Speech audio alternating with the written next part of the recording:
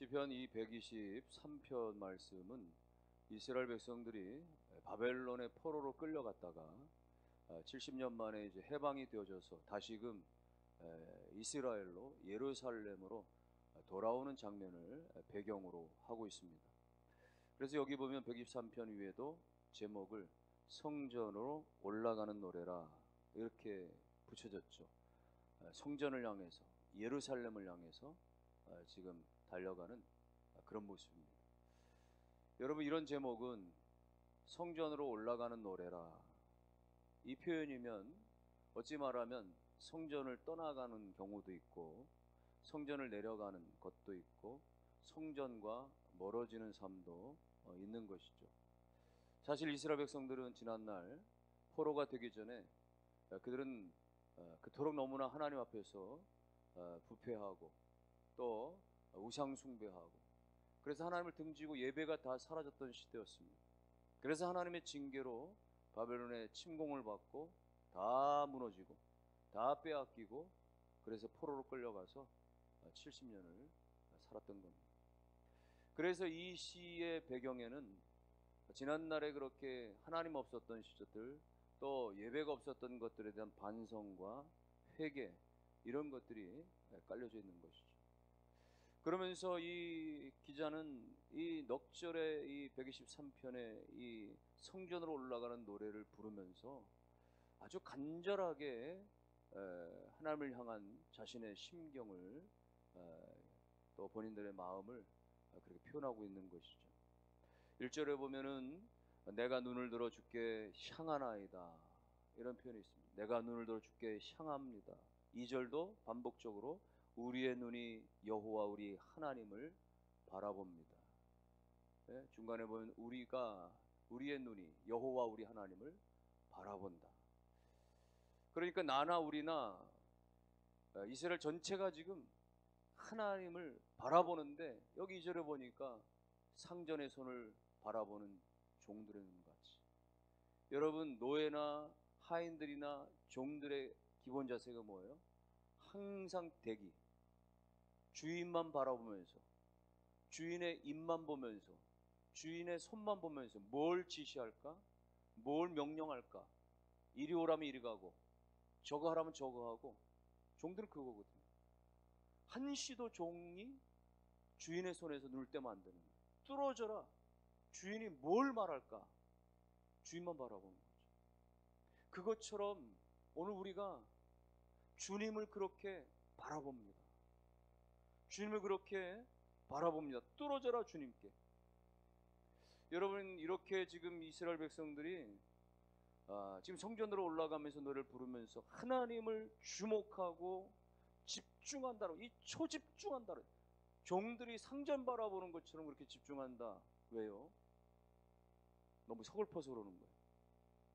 너무 괴로워서 그러는 겁니다. 너무 힘들어서 그러는 거예요. 4절에 보면은 이 시인의 억울한 사정, 답답한 이 마음을 표현하는 것입니다. 사람들로부터 이 조소와 멸시가 너무 넘친다는 거예요. 우리가 받는 이 멸시와 조소가 너무 괴롭다는 거예요.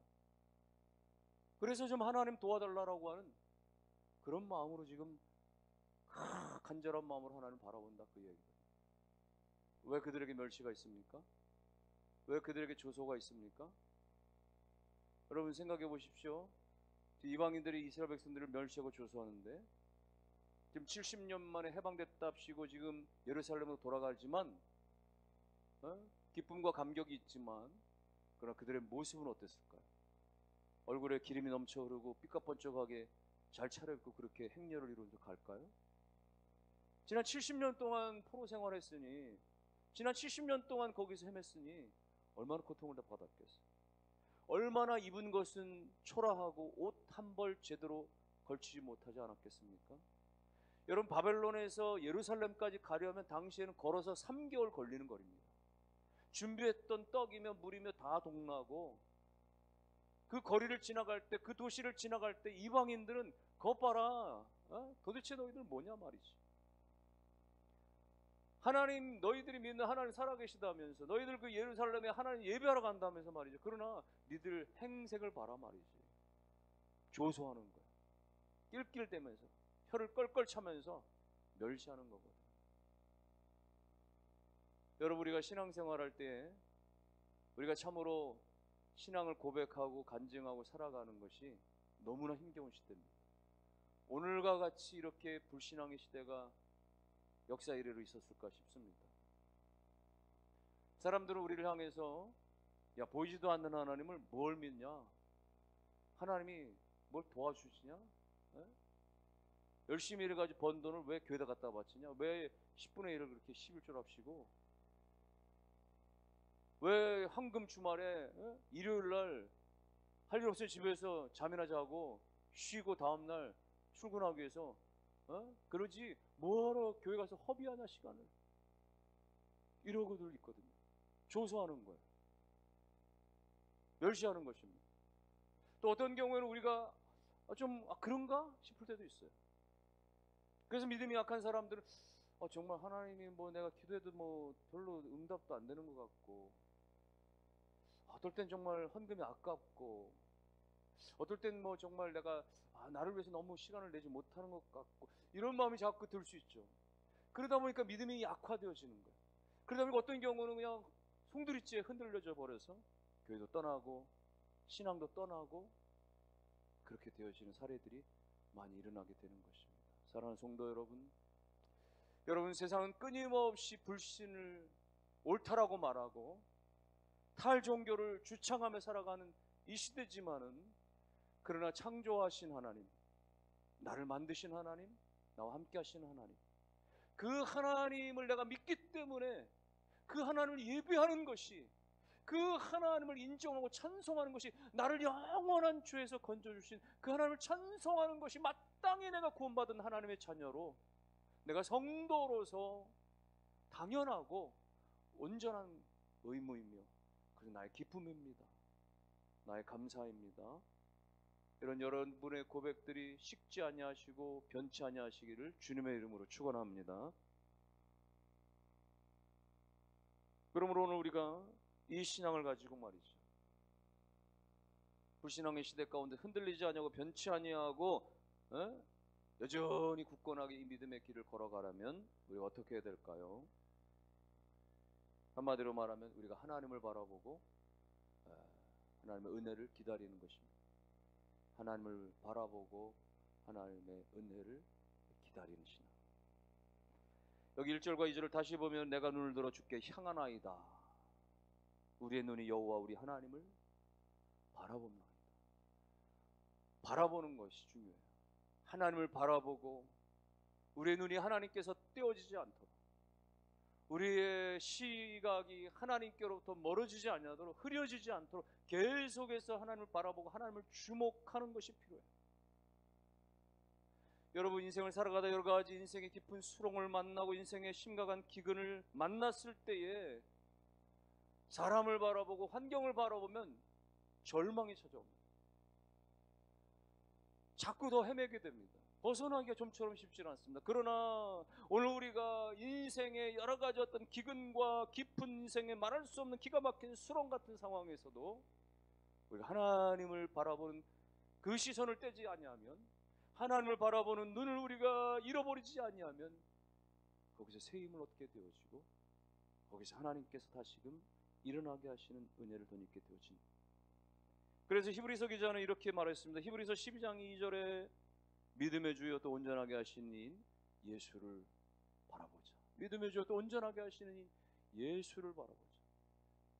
여러분, 예수를 바라보는 것, 여러분, 신앙의 정도는 다른 게 아닙니다. 신앙의 바로미터는 다른 게 아닙니다. 신앙생활 잘한다는 건 다른 데 있잖아요. 그냥 예수 바라보고 걸어가는 거예요.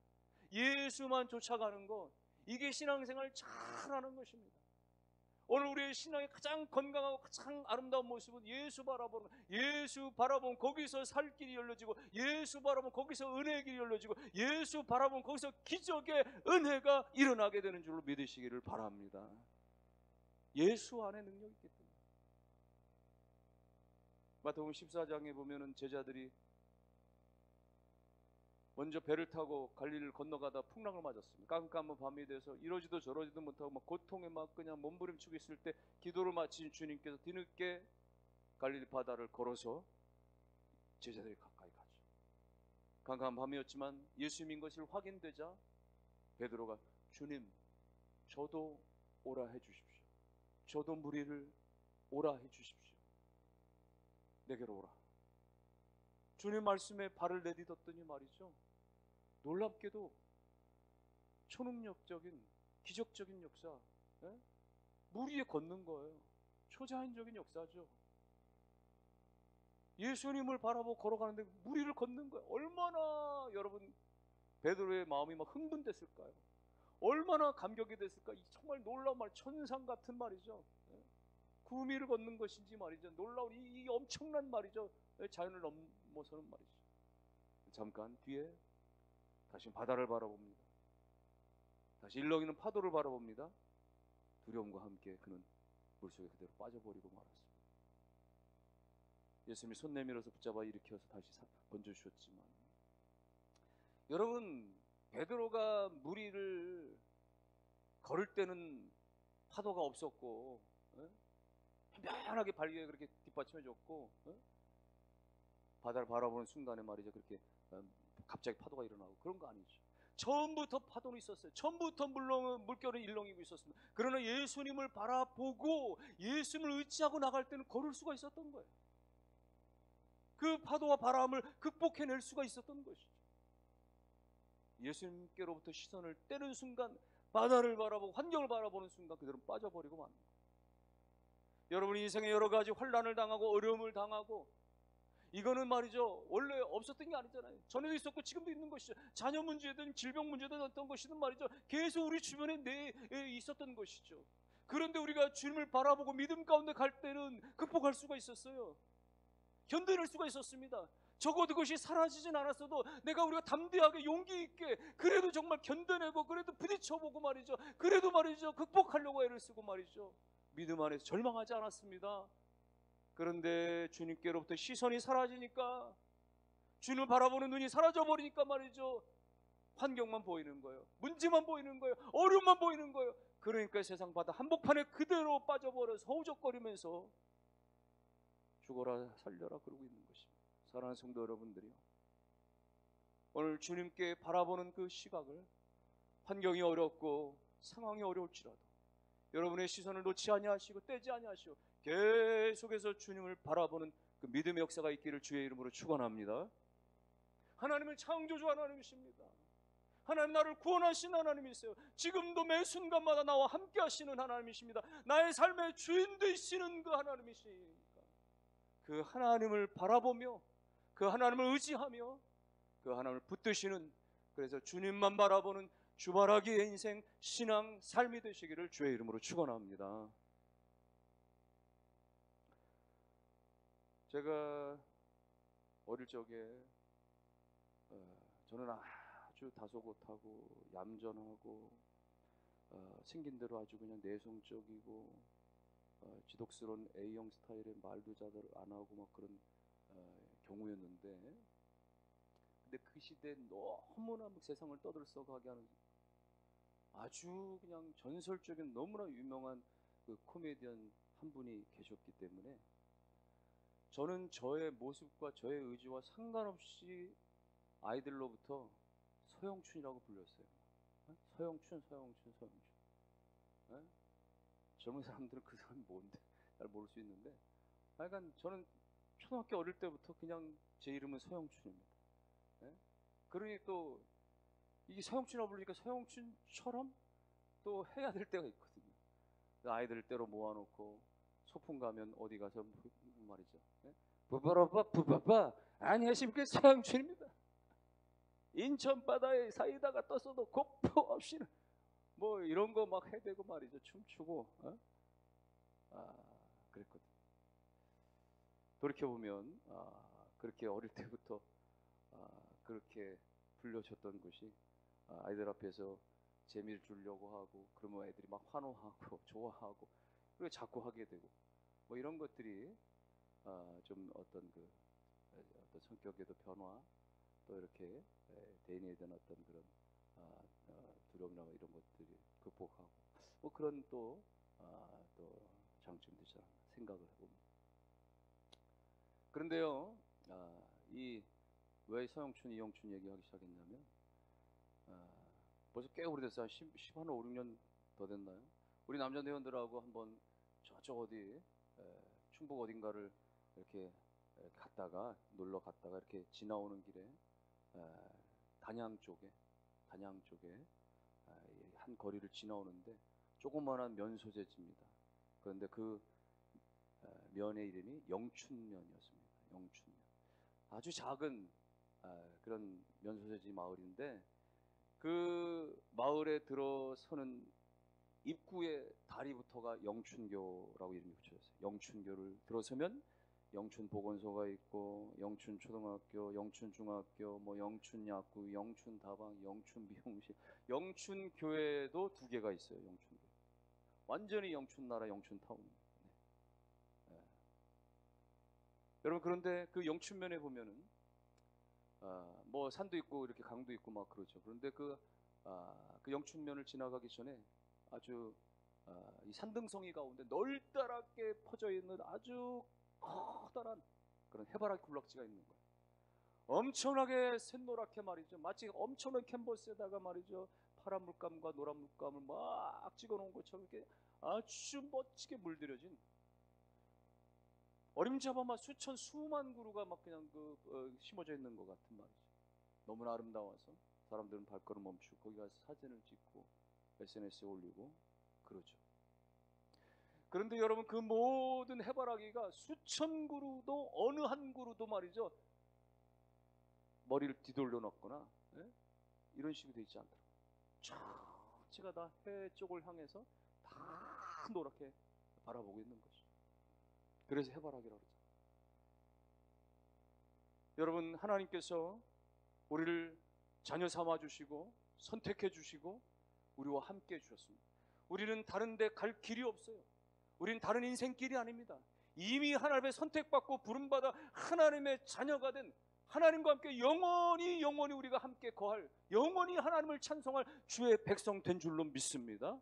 오늘 우리가 할 수 있는 것은 오직 우리가 자세를 갖출 수 있는 것은 나를 구원하신 나를 선택하신 그 하나님을 바라보며 살아가는 거예요. 하나님만 바라보며 살아가는 것이 이것이 성도의 모습이고 이것이 하나님의 자녀된 가장 아름다운 모습입니다. 나를 구원하시고 나를 선택하신 나의 주인 되신 그 하나님을 바라보며 살아가는 거. 놀랍게도 우리가 하나님을 바라보며 살아갈 때 거기서 하나님의 은혜들이 다 나타나죠. 오늘 성경 기자는 말하기를 마치 종들이 상전의 손을 바라보는 것처럼 내가 주님을 바라봅니다. 대충 바라보는 게 아닙니다. 정말 뚫어져라 내게 원하시는 게 뭘까, 내가 쫑들어야 되는 게 뭘까 말이죠. 간절한 마음으로 바라보는 거죠. 다른 데 눈 팔 시간이 없습니다. 다른 데 소망 둘 시간이 없습니다. 오직 상전의 손만 바라보는 종들처럼 그렇게 하나님 바라봅니다.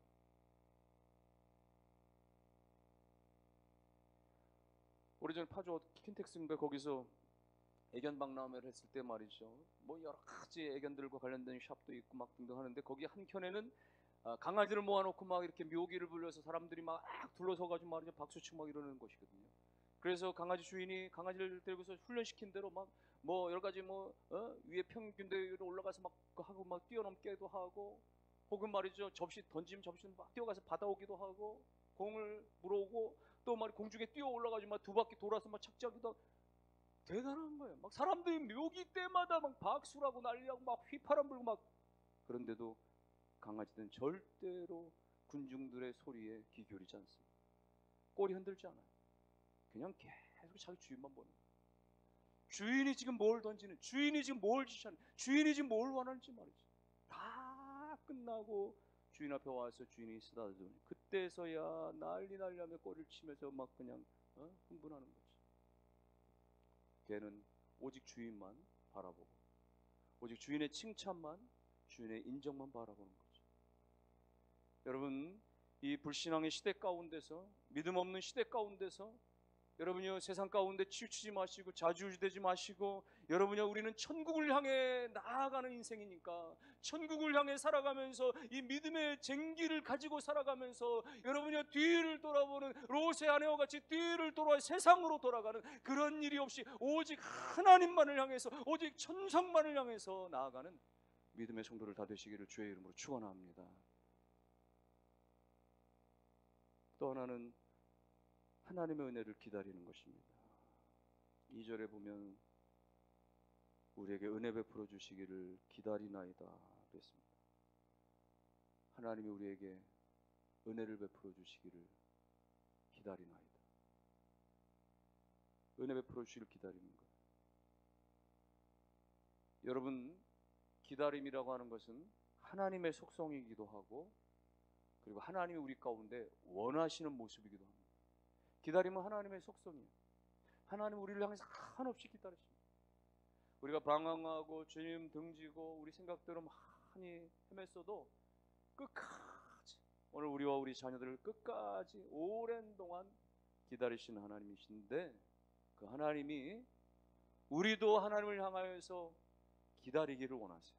기다리는 모습을 갖기 원하세요.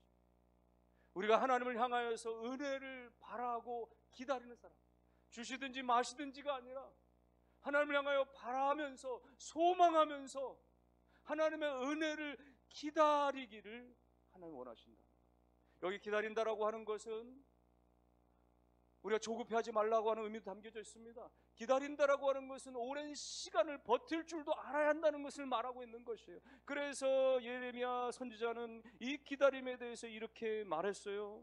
예레미야 애가 3장 25절 26절에 보니까 기다리는 자들에게나 구하는 영혼들에게 여호와는 선하시도다. 26절 사람이 여호와의 구원을 바라고 잠잠히 기다림이 좋도다. 하나님의 구원을 바라면서 하나님의 응답을 바라면서 잠잠히 기다리는 것이 좋은 것이다. 예레미야 이야기거든요. 여러분, 힘들고 어렵지만은 끝까지 인내하는 것입니다. 고통스럽고 괴롭지만은 계속해서 하나님의 때를 기다리는 것이에요. 하나님은 역사의 수레바퀴를 한순간도 멈추지 아니하시고, 하나님 우리의 인생을 한순간도 손떼지 아니하시고 계속해서 하나님께서 개입하시고 만지시고 인도하시니까 그 사실을 끝까지 믿으시고 기다리시는 거예요. 여기 잠잠히 기다린다라고 하는 것은 조급해하지 말고 서두르지 말고, 기도하고서도 자꾸 불안해하지 말고, 기도하고서도 자꾸만 인간적으로 말이죠 갈 길 찾지 말고, 기도하고서도 자꾸만 말이죠 된다 안 된다 입방아 짚고 다니지 말고, 기도하고서도 하나님을 바라보면서 자꾸만 내 생각 내 이야기 내려놓지 말고 하나님 앞에 조용히 기다려. 하나님이 하신다. 지금은 하나님이 하시는지 안 하시는지 모를 수 있습니다. 요나가 물고기 뱃속에서 기도할 때는 과연 이 바닷속에, 과연 이 큰 물고기 뱃속에 이 캄캄한 곳에서 내가 기도하는 것이 하나님이 아시기는 하실까? 하나님이 들으시기는 하실까? 그러나 요나가 그 깊은 바다, 그 큰 물고기, 그 캄캄한 뱃속에서 기도할 때 누구보다도 하나님은 귀를 기울이시고, 누구보다도 하나님은 그 현장에 함께 하셔서 기도하는 순간부터 그 큰 물고기를 움직이셔서 육지까지 이끌어가시는 하나님의 손길이 있었던 거죠. 여러분, 오늘 우리가 기다리는 시간은 참 어렵습니다. 하나님의 때, 하나님의 역사, 하나님의 응답의 기다림은 좀처럼 쉽지 않아요. 그러나 여러분, 기다린다고 하는 것이 은혜인 것입니다. 기다릴 것도 없는 존재는 오히려 불행한 거예요. 그러나 기다릴 대상이 있고 기다릴 내용이 있다라고 하는 것은 은혜인 거예요. 지금 아직 도착 안 했지만, 지금 아직 뭔가 내 손에 오지 않았지만, 그러나 이미 준비되어지고 있고 배송되어지고 있고, 아직 그 내 손에 내 눈에 안 보였지만 여러분, 기다리는 것은 기쁨이죠. 기쁨이죠. 하나님 안 보이지만, 하나님의 역사가 뭔가 이렇게 순서대로 나한테 보여지지 않지만, 그럼에도 불구하고 하나님이 계시다라는 것과 하나님이 일하신다라는 것을 믿고서 기다린다라는 것은 너무나 큰 은혜인 것입니다. 국화꽃이 그렇게 고혹적이고 매혹적이고 그렇게 진한 향기를 뿜을 수 있고 사람들의 사랑을 받을 수 있는 것은 계절이 지나가도 자기의 때를 기다릴 줄 아는 것이죠. 봄날에 모든 꽃들이 다 활짝 펴서 사람들에게 이목이 집중되어지고 다 사랑받을 때 여전히 이파리만 무성한 채로 그렇게 여름 지나고 그렇게 가을의 된소리를 다 지나야만, 그래서 아름답게 소복이 그 꽃을 피워서, 그래서 그 아름다운 자태와 그 아름다운 모습과 그 진한 향기에 사람들은 매료되고 빠져들게 되어지는 것이죠. 기다림이 필요한 것입니다. 하나님 앞에서의 기다림. 하나님, 우리가 그렇게 기다리기를 원하시는 하나님이세요. 끊임없이 기다리기를 원하시는 하나님. 파수꾼이 새벽에 오기를 기다림보다 더 하나님을 사모하라고 그렇게 성경 말씀하고 있죠. 여러분, 파수꾼 보초병은요, 깜깜한 이 밤이 빨리 지나기를 온갖 오감을 다해서 온 집중을 다해서 지금 보초를 서는 게 너무 괴로워요. 추운 겨울날 너무 괴로워요. 단 10분 지나가는 거 너무 괴로워요. 보초는 너무 힘듭니다. 그래서 빨리 해가 뜨고 빨리 날이 밝아져서 이것이 끝나기를. 여러분, 우크라이나나 또 이스라엘이나 전쟁터에 남편을 보내고 아들을 보내고 그렇게 죽음의 소식들이 끊임없이 들려오고, 그 어머니의 그 아내들의 마음은 무엇입니까?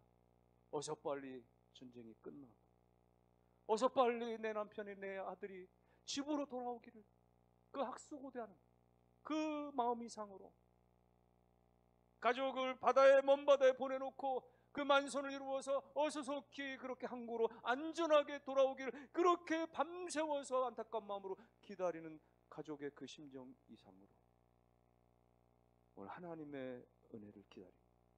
하나님의 은혜가 필요합니다. 주님의 은혜만 제게 필요합니다.